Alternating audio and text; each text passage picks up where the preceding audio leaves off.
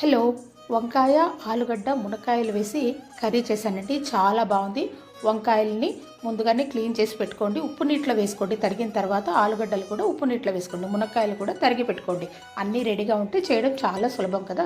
Oil వేసి oil వేడయ్యాక ఆవాలు, జీలకర్ర, కరివేపాకు, ఆనియన్స్ వేసి వేయించండి. ఆనియన్స్ వేసేటప్పుడే మునక్కాయలు, పొటాటో కూడా వేసేసేయండి. ఆ రెండు కాస్త వేగిన తర్వాత వంకాయలు వేయండి.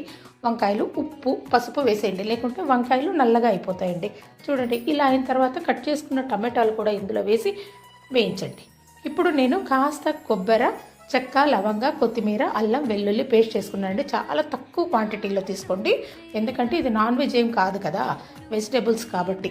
ఈ మసాలా వేసి వేయించేసి ఆ తర్వాత ధనియాల పొడి, కారం కూడా కారం తగినంతగా వేసుకోండి. మనకి ఎంత కావాలో అంత వేసి బాగా వేయించండి. ఇలా అడుగు పట్టిన తర్వాత గ్రేవీకి తగినంత నీళ్ళు వేసుకొని ఉడికించుకోండి. ఇది అండి, చూడండి ఇలా ఉడుకుతూ ఉంటుంది. మూత పెట్టేసేయండి. కాస్త దగ్గరికి వచ్చిన తర్వాత సన్న మంట మీద పెట్టేస్తే టేస్ట్ చాలా బాగుంటుందండి. చూడండి, కర్రీ అయితే రెడీ అయిపోయింది. మునక్కాయ, వంకాయ, ఆలుగడ్డ. ఇది అండి. నచ్చినట్లయితే లైక్ చేసి సబ్స్క్రైబ్ చేయండి.